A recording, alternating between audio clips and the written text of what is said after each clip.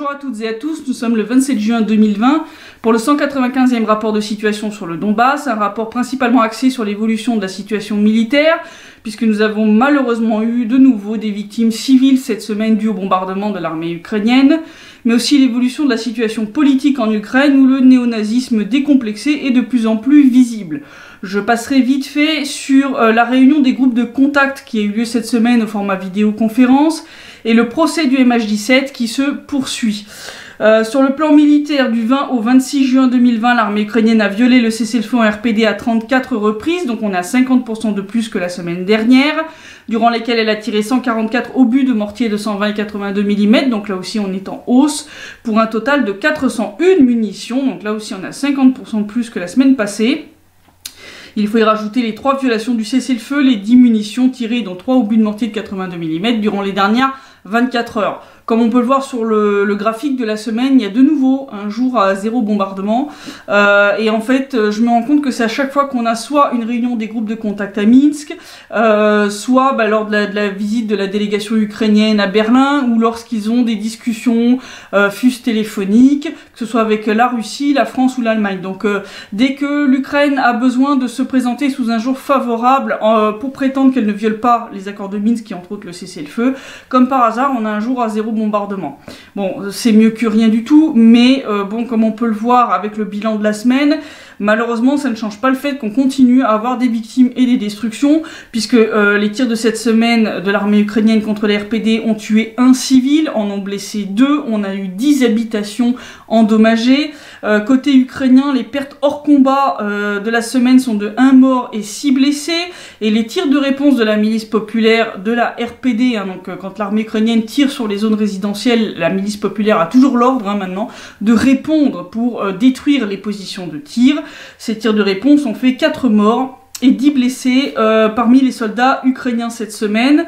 Ces tirs ont aussi détruit un véhicule de combat d'infanterie et 2 positions de tir de mortier de 120 mm. Et puisqu'on parle d'armement, l'armée ukrainienne continue de déployer des armes lourdes près de la ligne de front et entre autres près d'habitations ou d'infrastructures civiles, continuant d'utiliser les habitants du Donbass comme boucliers humains. Les services de renseignement de l'RPD ont ainsi détecté le déploiement de 51 pièces d'armement lourd, donc c'est un peu moins que la semaine dernière, mais enfin c'est toujours pas top, surtout quand on voit le matériel en question. Puisque dans la liste, on a entre autres 3 obusiers automoteurs Akatia de 152 mm, 10 obusiers automoteurs Gvozdika de 122 mm, un système de défense antiaérien Strela 10, 3 systèmes de défense antiaérien Tunguska, 6 véhicules de transport de troupes blindées type BTR, 7 véhicules de combat d'infanterie type BMP, 6 véhicules de combat blindés et 15 chars d'assaut T-64. Donc c'est toujours pas top.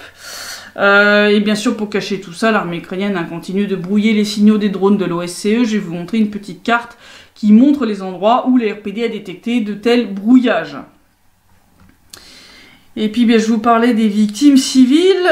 Tout s'est concentré en très peu de temps, puisque, entre autres, le 21 juin, au matin, l'armée ukrainienne a tiré à l'artillerie lourde et aux mortiers de gros calibre sur le territoire de la RPD. C'est là qu'ils ont déjà blessé 1 civile et qu'ils ont endommagé 3 habitations.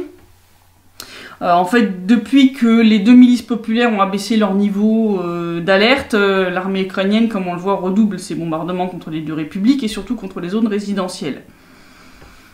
Donc, je rappelle que vendredi de la semaine dernière, le 19 juin, il y avait eu 1 civil tué en RPL, 4 qui avaient été blessés entre les 2 républiques.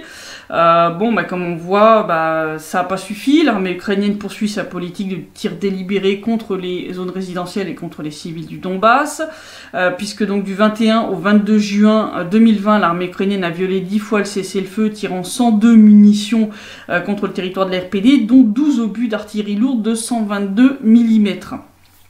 Et 65 obus de mortier en plus. Donc là, ça faisait un bon mois qu'il n'y avait plus d'artillerie lourde. Et là, elle a fait donc son retour dimanche dernier au petit matin. Donc ils ont commencé dès 4h45, l'armée ukrainienne. Ils ont ouvert le feu d'abord contre la périphérie de Gorlovka. D'abord à coups de mortier de 120 et 82 mm contre la mine 6-7 où, je le rappelle, un civil avait été blessé la semaine dernière. Puis 4h55 du matin, ils ont tiré 12 obus d'artillerie lourde de 122 mm et 20 obus de mortier de 120 mm sur la mine Gagarine. Donc c'est toujours en périphérie de Gorlovka. Ces tirs ont endommagé 3 habitations, mais n'ont heureusement pas fait de victimes parmi les civils. Et ensuite, les tirs se sont reportés sur la périphérie sud-ouest de Donetsk. Donc ils ont tiré depuis leur position de Marinka, et là les soldats ukrainiens ont bombardé Alexandrovka et le village de Trudovski à coups d'obus de mortier de 120 mm et de véhicules de combat d'infanterie. L'un des obus de mortier de 120 mm tirés contre le village de Trudovski a blessé une civile, une femme de 68 ans, qui a reçu des blessures par éclat à l'abdomen. Elle a été emmenée à l'hôpital et soignée, mais elle a refusé d'être hospitalisée. Elle a quand même été mise sous surveillance médicale. Et comme on le voit, on continue, quoi. On continue le bain de sang. Et bon, la milice populaire a répondu, comme je l'ai dit, cet ordre est toujours en vigueur, même si le niveau d'alerte a été abaissé. L'ordre de tirer en réponse pour détruire les positions de tir de l'armée ukrainienne, lui, est toujours en vigueur. Les soldats de l'RPD ont tiré sur la position située à Marinka, depuis laquelle le bombardement de la périphérie ouest de Donetsk avait été mené. C'est là que le véhicule de combat d'infanterie a été détruit, et il y a eu 2 soldats ukrainiens qui ont été blessés cette fois-là. Et puis, on a poursuivi le lendemain, le 22 juin au soir, où l'armée ukrainienne a de nouveau ouvert le feu sur le village d'Alexandrovka, cette fois à coups de lance-grenades automatiques, et c'est là qu'ils ont tué un civil. Et alors là, on a touché au sordide. Alors déjà, la date qui a été choisie est quand même assez marquante, puisque c'était les 79 ans du lancement de l'opération Barbarossa, qui est l'invasion de l'Allemagne nazie contre l'URSS. Bon, il semble que certains soldats ukrainiens un petit peu nostalgiques aient décidé de fêter cet anniversaire en commettant des crimes de guerre contre les civils du Donbass en guise d'hommage à leurs ancêtres idéologiques. Ils ont tiré cette fois-ci le soir. 18h55, le 22 juin, ils ont ouvert le feu contre les zones résidentielles d'Alexandrovka à coups de lance-grenades automatiques. Ils ont tiré 25 grenades contre le village. Il y a eu un homme de 45 ans qui a été tué sur le coup par ces tirs de l'armée ukrainienne, donc il a reçu de multiples blessures qui étaient incompatibles avec sa survie. Et en fait, il y a eu 2 autres civils qui se sont retrouvés pris sous les tirs. Et en fait, le seul bâtiment qui est à proximité dans lequel ils pouvaient se réfugier, ça a été une ancienne porcherie. Et donc, ils se sont réfugiés là. Bon, très vite, averti de la situation, la représentation de l'RPD au sein du CCCC, donc le Centre conjoint de contrôle et de coordination du cessez-le-feu, a demandé à l'armée ukrainienne de cesser les tirs pour pouvoir évacuer tant le corps que les 2 civils qui étaient toujours coincés là dans leur porcherie. La médiation de l'OSCE dans le processus de négociation n'a pas beaucoup aidé. L'armée ukrainienne a continué ses tirs, ils n'en avaient rien à faire, donc tant les demandes de la représentation de l'RPD que celle de l'OSCE, en gros, c'est rentré par là et c'est ressorti par là tout de suite. Ils ont continué à tirer, alors même qu'une équipe de chez nous essayait quand même d'évacuer le corps. Donc le corps est resté en fait toute la nuit. Voilà, ça a duré toute la nuit, ce cinéma.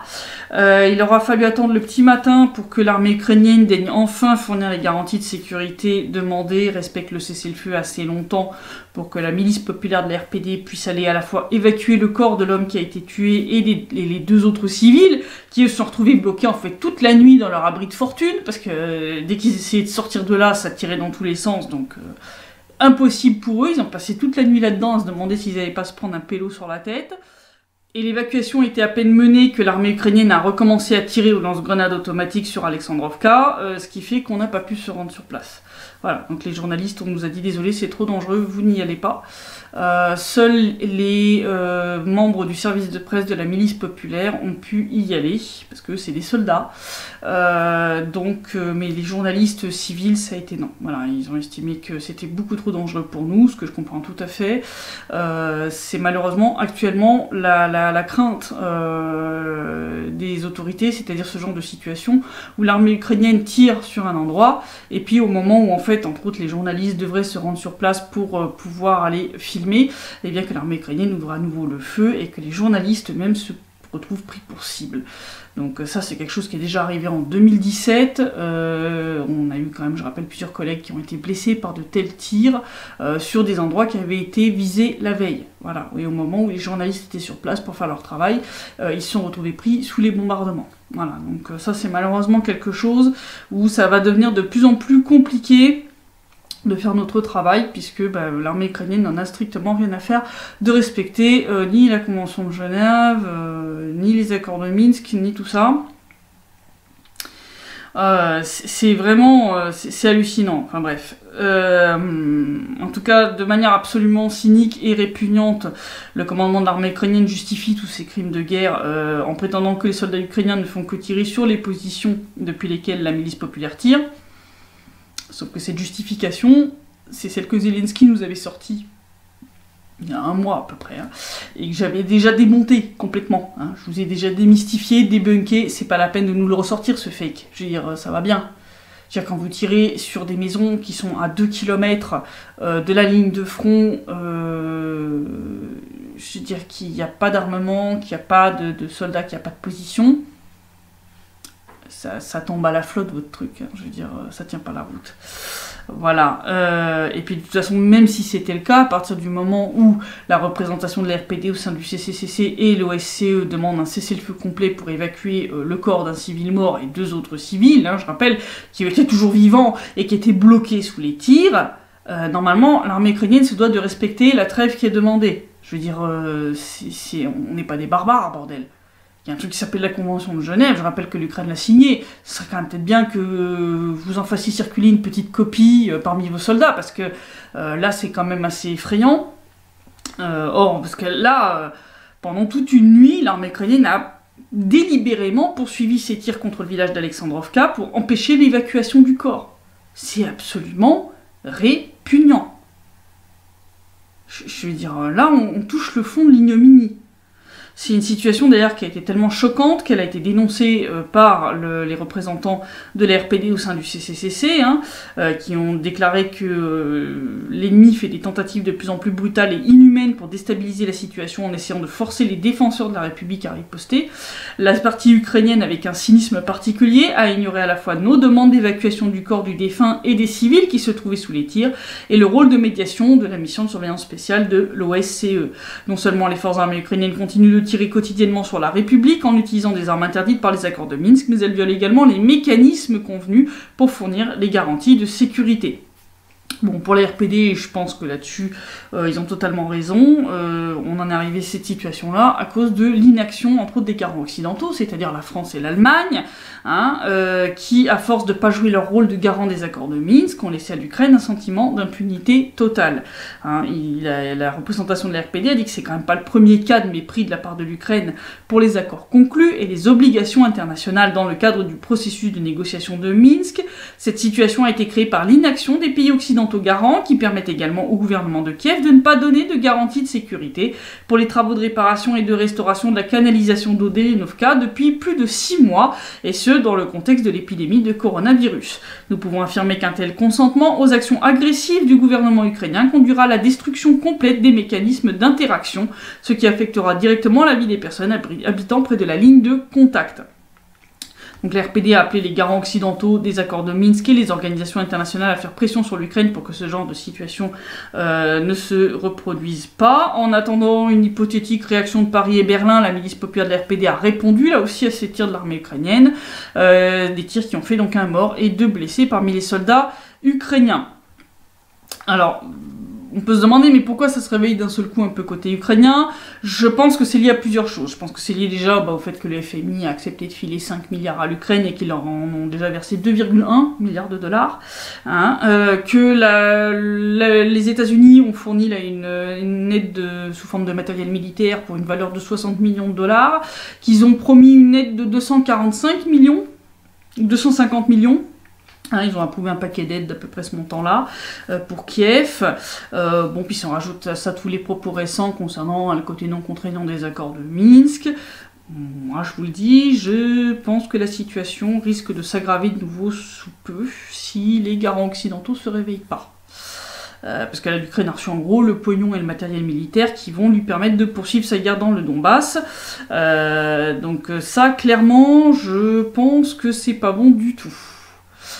C'est pas bon du tout, surtout qu'au niveau des négociations, donc là il y a eu une réunion des groupes de contact. Alors bon, côté RPD, ils se sont un petit peu félicités qu'on a enfin eu une position écrite fournie par l'Ukraine. Alors c'était concernant la loi sur le statut spécial du Donbass, sauf qu'en fait ce qu'ils ont mis dans leur proposition écrite n'a strictement rien à voir avec ce qui est demandé. Voilà, donc bon, il y a un léger progrès, si on a un truc par écrit, mais c'est de la merde. Donc en fait, on ne peut rien en faire. D'ailleurs, la Russie a clairement souligné que là, on voit une évolution de la situation sur le plan tant militaire que diplomatique, qui va amener en fait à une situation d'impasse totale. C'est-à-dire, là, on est en train de mener la situation jusqu'à l'absurde le plus total, jusqu'au moment où, en fait, on va se retrouver dans un cul-de-sac dont il sera impossible de sortir, à part par une action militaire. Je veux dire, ça, c'est pas bon du tout. Et à part du blabla de la part de la France, avec Macron qui dit oui, faut appliquer la feuille de route qui a été décidée lors du format Normandie de décembre 2019. Ouais, c'est bien de dire ça, mais en fait, si vous faites pas pression sur l'Ukraine pour qu'elle le fasse, ça avancera pas. C'est joli de dire il faut que, il suffit de, il y a qu'à, il faut qu'on... Enfin, c'est mignon, mais c'est inutile. C'est du blabla, c'est des mots. C'est des mots. Voilà, les actions, ça serait un petit peu plus efficace. Et vous arrêtiez déjà d'inonder l'Ukraine de pognon. Hein. Puis si la France arrêtait de financer les projets ukrainiens qui lui permettront de couper définitivement l'eau courante à la RPD et la RPL, par exemple... ça serait un petit peu plus crédible, déjà. Voilà. Voilà. Bon, comme je l'avais dit la semaine dernière, donc cette semaine, on a eu la parade de la victoire, hein, le 24 juin 2020. Donc, c'était les 75 ans de la victoire sur le nazisme.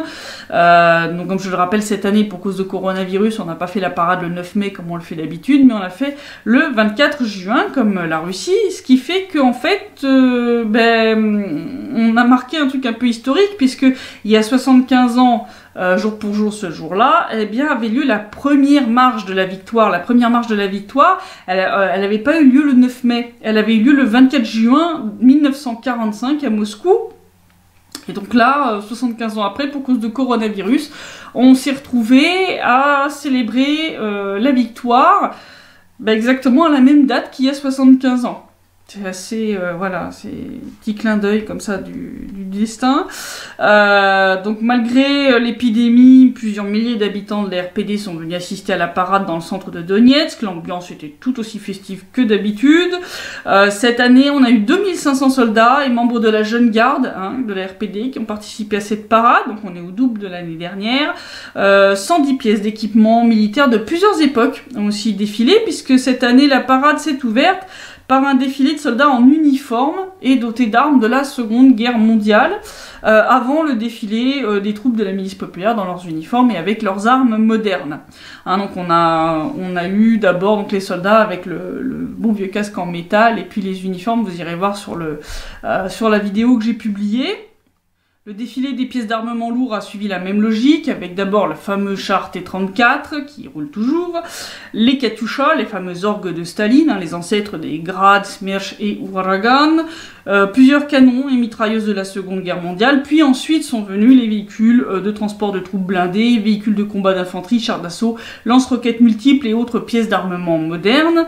La parade a été marquée à la toute fin par le défilé de plusieurs drones de l'armée ukrainienne qui ont été capturés intacts par la milice populaire et qui vont désormais être en service pour la RPD. Ça c'est une première quand même. Ça, c'est joli petit trophée. Ce 75e anniversaire a été l'occasion, d'ailleurs pour le chef de la RPD, Denis Pouchiline, de remercier une fois de plus les vétérans de la Grande Guerre patriotique, qui, je rappelle, est le nom de la partie de la Seconde Guerre mondiale qui concerne l'URSS, pour le sacrifice et les risques qu'ils ont pris pour protéger la mère patrie. Il est dit aujourd'hui, nous rendons hommage à l'héroïsme de la nation victorieuse. Cet exploit est sacré pour nous. Nous avons une dette impayée envers tous ceux qui se sont sacrifiés au nom de la paix sur Terre et ont défendu le droit à la vie pendant de nombreuses générations dans une bataille mortelle contre l'ennemi impitoyable. Le chef de l'État a aussi rappelé le prix payé par le Donbass et par l'URSS dans son ensemble pour sa libération du joug nazi. Il a dit il y a 3/4 de siècle, la victoire triomphale des soldats soviétiques a mis fin à la guerre la plus sanglante de l'histoire de l'humanité. La défaite honteuse et cuisante de l'armée du Troisième Reich, qui avait mis à genoux la moitié de l'Europe, n'a été rendue possible que grâce à l'unité, la cohésion et les efforts courageux des habitants de l'URSS. La victoire sur l'Allemagne nazie a eu un prix élevé, et les habitants du Donbass y ont apporté une importante contribution. 456 000 natifs de l'ancienne région de Donetsk ont combattu les nazis pendant la Grande Guerre patriotique, et 275 de nos compatriotes ont reçu le titre de héros de l'Union soviétique. Le chef de la RPD est aussi revenu sur l'importance de préserver la mémoire de ces événements et de ne pas réécrire l'histoire, comme on le voit de plus en plus, entre autres en Occident. Il a dit l'histoire de la libération du cœur industriel de l'Union soviétique est pleine d'exemples de batailles héroïques. Plus de 800 rues, avenues et places dans les villes et villages de l'ancienne région de Donetsk portent le nom des soldats libérateurs et des unités de combat de l'armée rouge. Les descendants reconnaissants immortalisèrent à jamais les noms de leurs défenseurs. Notre devoir est de préserver la mémoire de la lutte contre le nazisme, de préserver et de protéger la gloire de la grande victoire. Nous voyons combien d'efforts sont déployés dans le monde pour déformer la vérité historique sur la Seconde Guerre mondiale et le rôle de l'Union soviétique dans la victoire sur le fascisme hitlérien. Bon, cette année, il n'y a pas eu de défilé du régiment immortel après.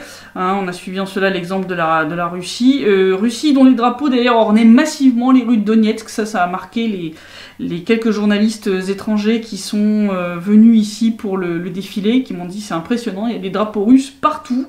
Ouais, et c'est d'ailleurs pas la seule marque du rapprochement croissant de la République avec la Fédération de Russie qui a été notée par plusieurs observateurs. Puisque pour la deuxième année consécutive, la chaîne télévisée russe d'État, Rossiya 24, a diffusé la parade de la victoire de Donetsk en direct, mais présentée de la même manière que n'importe quelle ville russe.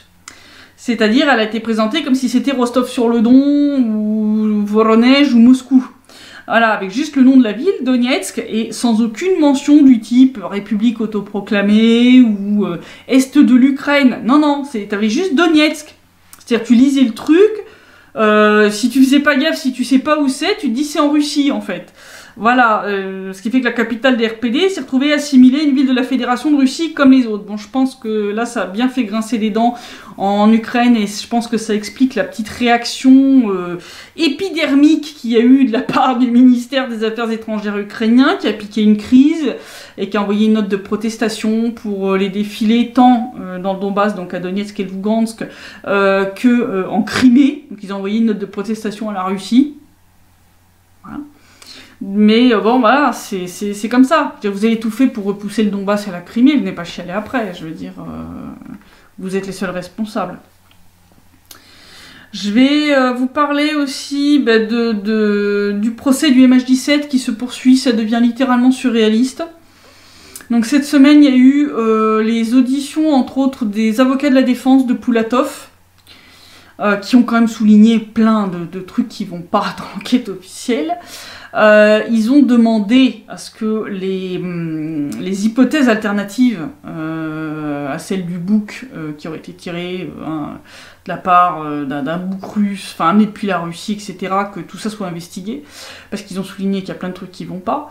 Il y a un problème avec ce que je vous disais, la chaîne de traçabilité des preuves.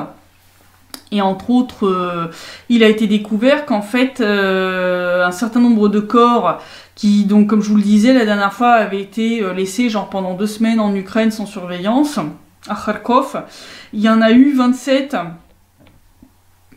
qui auraient été autopsiés, déjà en Ukraine. Mais l'Ukraine est l'un des suspects. Donc on ne peut pas exclure qu'il y ait des preuves qui aient soit été enlevées, soit été rajoutées. Donc déjà là, il y a un gros problème. Déjà là, il y a un énorme problème.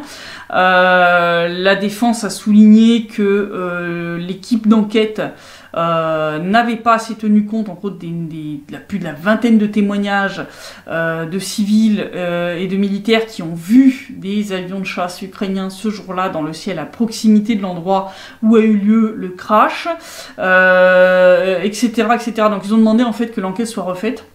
C'est-à-dire, ils ont remis en question les calculs qui ont été faits de trajectoire par plusieurs instituts. Ils ont demandé, mais c'est quoi leur expertise dans les books? Réponse du procureur, ils sont experts, c'est tout, quoi. Pardon. La défense a demandé à pouvoir entendre beaucoup plus de témoins, et entre autres des témoins de ceux qui ont vu les histoires d'avions de chasse. Là, j'ai vu des tweets d'une des procureurs qui est en mode oui, mais je crois qu'on va rejeter ça, tu vois, enfin, on va pas écouter 20 000 témoins, tu vois, et on va pas remettre en cause l'enquête. Pardon, tu vois, bah, elle sert à quoi la défense? C'est un procès stalinien, hein, je veux dire, si on continue comme ça, hein, je veux dire, si la défense peut pas contester l'enquête officielle alors qu'elle est manifestement foireuse et qu'elle peut pas faire venir des témoins qui vont à l'encontre de cette enquête officielle, mais ils servent à quoi les avocats de la défense alors? Ah, juste à faire joli. Juste à faire joli. Mais là, pendant les 2 jours où ils ont eu leur plaidoyer, ils ont quand même démonté pas mal de trucs. Et ils ont quand même souligné pas mal d'incohérences et pas mal de choses qui vont pas du tout avec l'enquête officielle. Ils ont demandé à savoir avoir les données radar primaires venant d'Ukraine. Données qui n'ont jamais été fournies. Jamais. L'accusation, elle repose sur des bandes audio, enfin des écoutes téléphoniques. Or, 2 ont déjà été prouvées par une analyse faite par un expert judiciaire assermenté, je le rappelle, à Kashrosen, comme étant des fakes. D'accord? Le SBU a falsifié, a fait croire à la mort d'Arkady Babchenko. D'accord? Le même SBU qui pratique la torture à échelle industrielle. Les mêmes qui ont enlevé Vladimir Tsemar. Voilà. Et c'est avec un pays qui a des méthodes comme ça, et on base toute l'enquête sur des éléments de preuve qui sont fournis par un pays pareil, et qui est en plus suspect potentiel. Tout va bien. Il y a rien qui choque, tout scintille au KLM. Non, enfin là, la défense, ils ont dit ça va pas du tout, c'est n'importe quoi. Il semble que ils ont quand même marqué des points et que les prochaines auditions seront repoussées non pas à cet automne, mais à l'année prochaine, en fait, pour poursuivre l'enquête. Mais s'il faut poursuivre l'enquête, ça veut dire que votre dossier, il est pas prêt. Vous vous êtes pointé devant le tribunal les mains dans les poches, avec un dossier mal ficelé qui tient pas la route. Je veux dire, ça c'est du délire. C'est du délire. Même les familles des victimes, hein, ont demandé à ce que les auditions soient repoussées et qu'il y ait un complément d'enquête. Même les familles des victimes, je pense qu'il y en a qui commencent à se rendre compte que c'est n'importe quoi. Les mecs te disent non mais il faut croire les preuves de l'enquête officielle, c'est ce que disent les procureurs. Mais quelles preuves? Des photos manifestement bidonnées, des vidéos manifestement bidonnées, des écoutes téléphoniques falsifiées faites par un service secret ukrainien qui a faké la mort d'un journaliste, et dont 2 des écoutes téléphoniques ont été prouvées factuellement par un spécialiste comme étant fausses. D'accord? Je veux dire, cette enquête est complètement bourrée d'incohérences.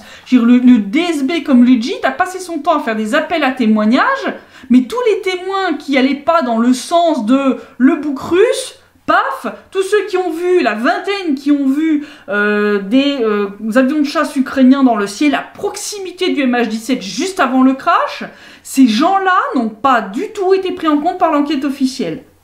Au nom de quoi? Que c'est pas plausible? Mais pas plausible de quoi? T'as 20 personnes dispatchées sur je sais pas combien de villes et de villages, qui se connaissent pas les uns les autres, et qui te disent des choses qui sont cohérentes entre elles. C'est hallucinant. Et alors, dans les Bonanza Media Leaks, donc dans les MH17 Leaks que Bonanza Media a publié, il y a l'interview par le JIT de Olga Ivchina, qui était cette journaliste de la BBC dont j'ai parlé l'autre fois. Et en fait, on te dit clairement dans cette interview que les avions de chasse que les gens ont vus, étant sous la couverture nuageuse, étaient en dessous de 3 mm d'altitude. En dessous de 3000 mètres d'altitude, c'est normal que le radar russe les ait pas vus. Parce qu'à 3000 mètres d'altitude, ils étaient très largement en dessous du seuil de détection. Voilà. Donc ça explique pourquoi on ne les voit pas sur le radar civil russe. Voilà, point. Pour le reste, voilà, tout le reste, ça tient pas la route. Je suis désolée, il n'y a aucune preuve tangible. D'accord? Les morceaux de missiles, alors ouais, ils ont contesté les documents russes sur le fameux missile book ukrainien, en disant qu'il y aurait une date qui, soi-disant, colle pas avec la date qui est sur le gros casing, donc sur la grosse carlingue verte. D'accord? Sauf qu'en fait, ces abrutis de procureurs néerlandais, parce que oui, je suis désolée, hein, faut appeler un chat, sont pas capables de faire la différence entre la date de fabrication d'un élément du missile et la date de finalisation du missile. Ils ont toujours pas pigé que la date qui est inscrite sur le morceau, le gros morceau vert, le gros cylindre vert, c'est la date à laquelle ce morceau-là a été fabriqué, pas la date à laquelle le missile a été finalisé. Ces gens-là comprennent rien à rien. Et c'est ces gens-là qu'on t'érige, soi-disant, en experts et en enquêteurs, avec des compétences, etc. Mais ils ont des compétences en que dalle. Mais enfin, je veux dire, c'est hallucinant. Et je veux dire, moi, s'ils continuent sur cette lancée-là, vraiment, c'est la preuve ultime que ce truc est un procès bidon. Totalement bidon. Voilà. Et moi, je vous le dis, comparé à ça, les procès de l'Inquisition et les procès staliniens, c'était des procès d'un haut niveau de standard juridique. Non, parce que bon, là, quand on dit aux avocats de la défense, non, mais vous n'allez pas pouvoir exiger de refaire l'enquête, ni de faire venir des témoins qui, en fait, contredisent l'enquête officielle, mais les avocats, ils sont juste là pour faire décor. C'était pas la peine, en fait, hein. En fait, vous pouviez faire des photos des 4 accusés, vous les mettiez sur des grands panneaux en forme humaine, là, vous savez, les grands trucs en carton, là, et vous les mettiez dans le tribunal, c'était pareil. Non, mais sérieusement, hein, enfin, je veux dire, quitte à faire un procès en carton, allons jusqu'au bout, hein. Non, ça devient débile, là, quand même, hein. Là, faut arrêter, là. Là, je veux dire, il y a de plus en plus d'éléments qui contredisent l'enquête officielle. Il y a un moment, il va falloir arrêter les âneries. Je vais venir sur un autre point. Vous savez que j'ai déjà parlé régulièrement de l'histoire de l'Ukraine. La vraie, pas la fantasmée et la falsifiée par les nouvelles autorités ukrainiennes. Eh bien, le journaliste Vladimir Kornilov a trouvé un article de presse américain qui date du 26 juin 1920, qui est très intéressant pour comprendre ce qu'était la réalité de l'Ukraine, avec des gros guillemets, au début du XXe siècle. Donc, je rappelle, pour ceux qui n'ont pas suivi les cours d'histoire, en 1917, après la révolution bolchevique, il y a eu une république nationaliste ukrainienne qui a vu le jour, très brièvement, avant de disparaître et d'être remplacée par la République socialiste soviétique d'Ukraine au sein de l'URSS. Bon, entre deux, la Pologne a essayé donc de piquer les territoires qui appartenaient auparavant à l'Empire russe, y compris des territoires ukrainiens, donc essayer de piquer les territoires qui étaient à l'ouest de l'Empire russe, hein, donc Ukraine, Biélorussie, etc. Et un journal américain, le Dearborn Independent, avait publié à l'époque un article contestant les prétentions polonaises sur ces territoires, en regardant tout simplement la composition ethnique des grandes villes des territoires réclamés. Donc je vais vous montrer l'article et puis le petit tableau, hein, avec les pourcentages. Hein. Bon, la plupart des villes sont en Biélorussie, des villes dans les pays baltes aussi, mais il y en a 2 qui sont en Ukraine. On a Volinsk, qui est en Volhynie, et Kiev. D'accord ? Si on regarde les chiffres pour les 2 villes, on a respectivement un pourcentage de Russes, hein, indiqué, qui est de 75 et 83,7%. Les autres nationalités mentionnées sont les Polonais et les Juifs, et le reste représente respectivement 4,3 et 0,7%. Il n'y a rien qui vous choque? Il n'y a aucune nationalité ukrainienne mentionnée. Aucune. Ce qui prouve ce que je dis depuis longtemps. Il n'y a pas de peuple ukrainien avant son invention, d'abord par les nationalistes ukrainiens eux-mêmes, hein, qui eux-mêmes, je rappelle, se sont basés sur les délires inventés par les Polonais qui cherchaient ainsi à foutre le bordel dans l'Empire russe pour essayer plus tard de remettre la main sur les territoires ukrainiens, qui, je rappelle, à une époque ont appartenu à la Pologne. Hein. Donc une fois qu'ils se les ont fait piquer par la Russie, ils ont essayé de foutre le boxon dans cette zone-là pour essayer un jour de récupérer ces territoires. Et donc ils ont créé de toutes pièces ce nationalisme ukrainien, et donc ils ont inventé de toutes pièces un peuple ukrainien. Voilà. Et donc ce délire-là avait été repris après par l'URSS pour justifier la création de l'Ukraine, de créer un pays supplémentaire. Mais en 1920 aux États-Unis, les journalistes savent que l'Ukraine, entre guillemets, est habitée majoritairement par des Russes et pas par un peuple ukrainien qui n'existe pas. Voilà, 1920, il n'y a personne qui parle de peuple ukrainien à Kiev. Voilà, la ville était habitée principalement par des Russes. Donc moi, les histoires de oui, mais l'Ukraine, voilà, elle est peuplée majoritairement d'Ukrainiens, ils m'ont cul sur la commode. Quand elle a été créée, elle était peuplée majoritairement, à plus des 3/4, par des Russes. Le reste, c'est des Juifs, en quantité non négligeable, et des Polonais, entre autres un peu plus dans la zone, entre autres vers Wolinsk, ce qui n'est rien d'étonnant.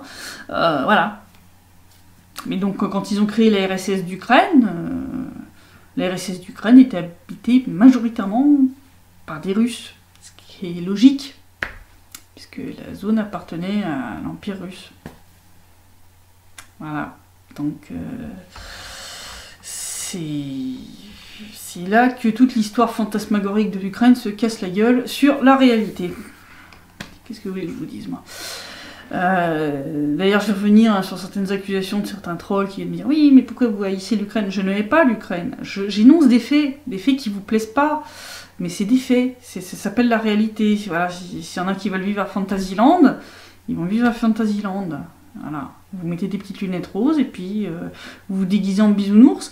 Mais voilà, ne venez pas réclamer que les autres personnes autour de vous dans le monde soient obligées d'accepter votre délire sous prétexte que vous faites du déni de réalité et que vous prenez vos fantasmes pour la réalité. Voilà, c'est la réalité 1920 qui est fait habiter à plus des 3/4 par des Russes.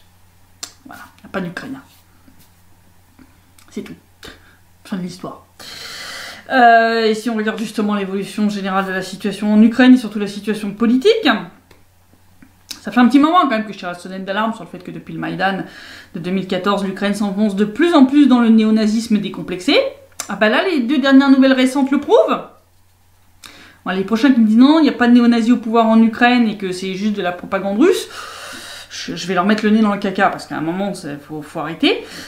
Alors, le premier truc délirant, c'était une vidéo publiée sur les réseaux sociaux, où Galina Tretiakova, qui est députée du parti de Zelensky, serviteur du peuple, qui a déclaré que les chômeurs donnent naissance à des enfants de mauvaise qualité, et elle a promu leur stérilisation pour alléger le budget des prestations sociales. Véridique. Elle a dit, je cite, « Lorsque nous fournissons des fonds qui sont utilisés par la famille et que la naissance d'un enfant ne vise pas à lui donner une éducation et des droits égaux mais à recevoir une aide matérielle, alors nous recevons, je vais le dire brutalement, des enfants de très mauvaise qualité. Cela mène au fait qu'ils vivent également aux dépens des fonds publics. » Elle a alors cité 2 pays tout à fait charmants. Elle a dit en ce sens la Grande-Bretagne est très dure envers ceux qui ne travaillent pas. Ils ont même eu un jour un vice-ministre de la politique sociale qui a dit que quiconque veut de l'aide sociale doit être stérilisé. C'est une politique brutale. Je tiens à dire que très souvent on rappelle à Lee Kuan Yew, donc qui est ancien premier ministre de Singapour, que Singapour est très bonne dans ce domaine puisque donc Lee Kuan Yew a stérilisé les femmes qui n'avaient pas fait d'études supérieures. Charmant monsieur. Moi, elle a souligné que par de telles méthodes, les autorités d'autres pays déracinaient les éléments de la nation qui ne sont pas des défenseurs et des soutiens de famille. Fin de citation. Oui, j'ai oublié de vous prévenir de sortir le sac à vomi. Désolé. Désolé. Et alors, préparez-le maintenant. Parce qu'en plus d'être députée du parti de Zelensky, la Tretiakova, elle est aussi chef du comité de politique sociale. Oui, oui, politique sociale. Et de protection des droits des vétérans à la Rada. Alors, avec des gens pareils au sein des organes chargés de définir la politique sociale du pays, je pense que l'Ukraine est sur la bonne voie pour imiter le Troisième Reich en matière d'eugénisme. D'ailleurs, c'est la réaction que ça a provoqué chez certains en Ukraine, qui se sont révoltés quand même contre les propos de la députée. Entre autres, le Conseil de la Fédération des syndicats ukrainiens, qui a exigé sa démission, et le politologue Vladimir Katzman, qui a fait le parallèle avec l'eugénisme, en demandant si après on en viendra à mesurer la taille des crânes, comme ça se faisait pendant le Troisième Reich. Il a halluciné, lui.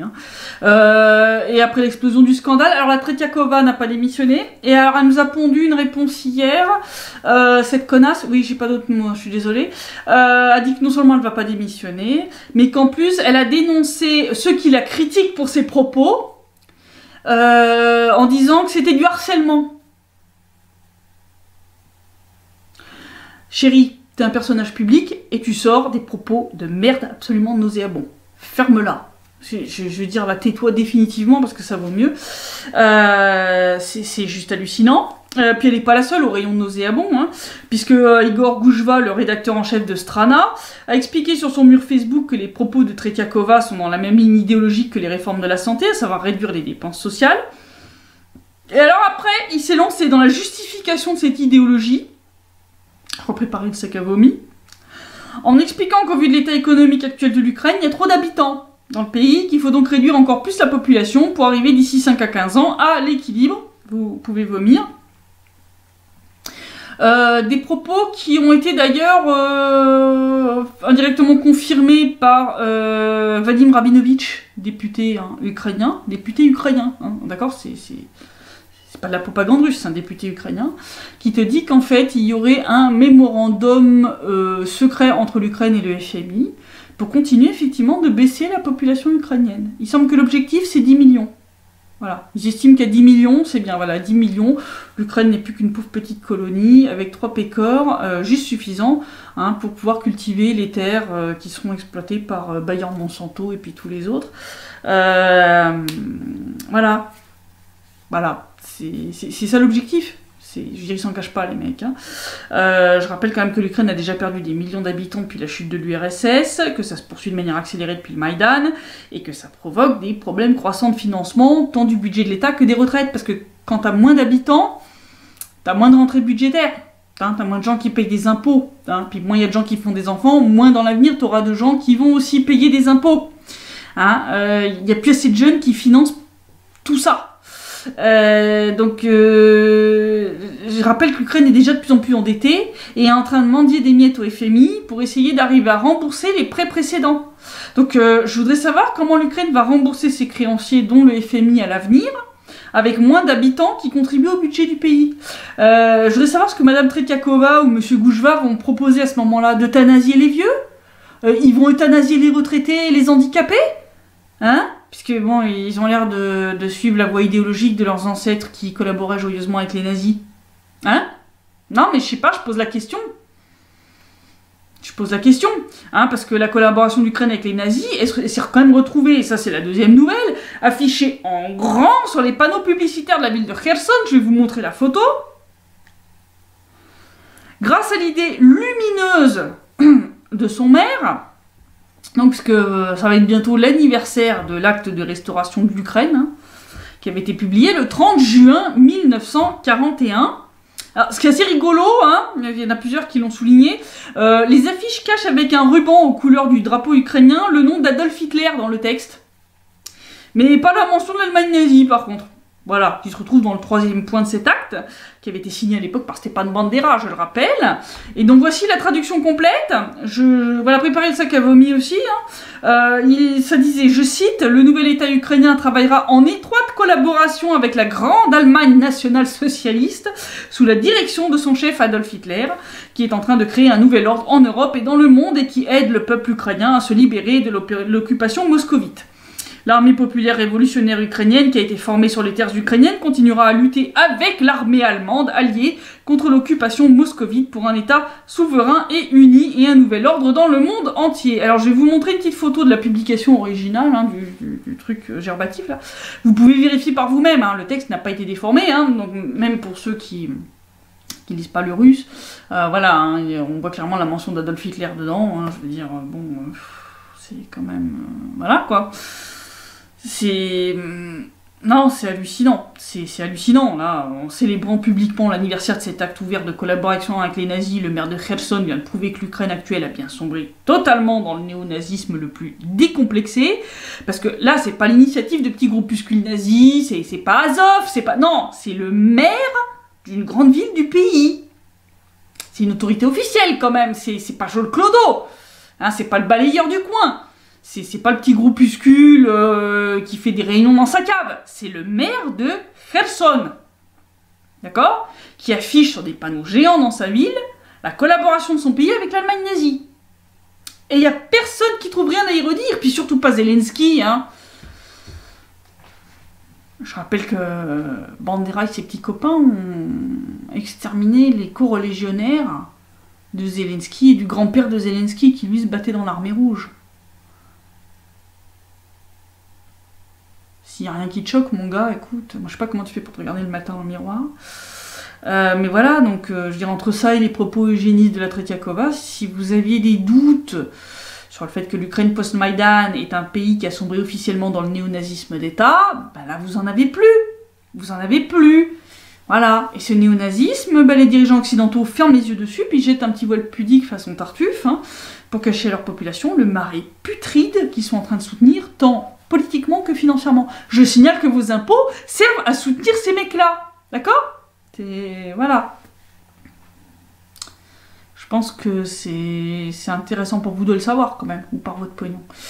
En tout cas, cette mascarade sordide de l'Occident qui soutient le nazisme et ferme les yeux sur ses abominations, eh ben, cette mascarade, on l'a déjà jouée dans les années 1930.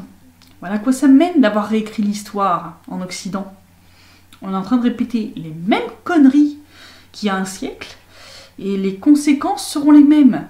Parce que croire qu'en répétant les mêmes conneries sans arrêt, vous obtiendrez des résultats différents, c'est du débilisme. Ce que disait Einstein. Hein. Si vous répétez toujours les mêmes mécanismes et les mêmes erreurs, vous allez obtenir sans arrêt les mêmes résultats merdiques. Voilà, c'est la même catastrophe. Vous n'obtiendrez pas quelque chose de différent. Hein. Voilà. Donc voilà la situation. Voilà la situation. Donc ouais, je suis pas très optimiste. Là, l'Ukraine a reçu de l'argent, elle a reçu du matériel militaire.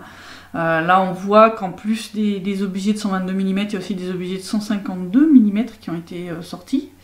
Je rappelle que donc l'OSCE avait aussi détecté l'arrivée de canons pions de 203 mm hein, il y a un mois en arrière. C'est pas bon. C'est pas bon du tout, ça clairement. Je pense que on a quand même un risque d'escalade qui est pas du tout négligeable. Je sais pas quand, je sais pas comment. Et de toute façon, les accords de Minsk sont amenés dans une impasse. Donc, il y a un moment où, quand la solution pacifique sera arrivée dans le cul-de-sac, total, officiellement, bah, il restera qu'une solution, c'est la solution militaire. Je veux dire, si tu veux pas résoudre le conflit pacifiquement, tu vas devoir le résoudre militairement. Donc il faut surveiller la situation de très très près. Et surtout, il va falloir regarder l'évolution au niveau tant des bombardements que du déploiement des armes lourdes près de la ligne de front, mais aussi regarder un petit peu tout ce qui se passe lors des réunions des groupes de contact, les propos et les déclarations des officiels ukrainiens, parce que c'est quand même assez indicatif des plans qu'ils ont en tête quand même, hein. Je veux dire, ça se voit un peu comme le nez au milieu de la figure. Donc voilà la situation. Je vous dis à la semaine prochaine pour le prochain rapport de situation sur le Donbass, et d'ici là, je vous souhaite un bon week-end et une bonne semaine.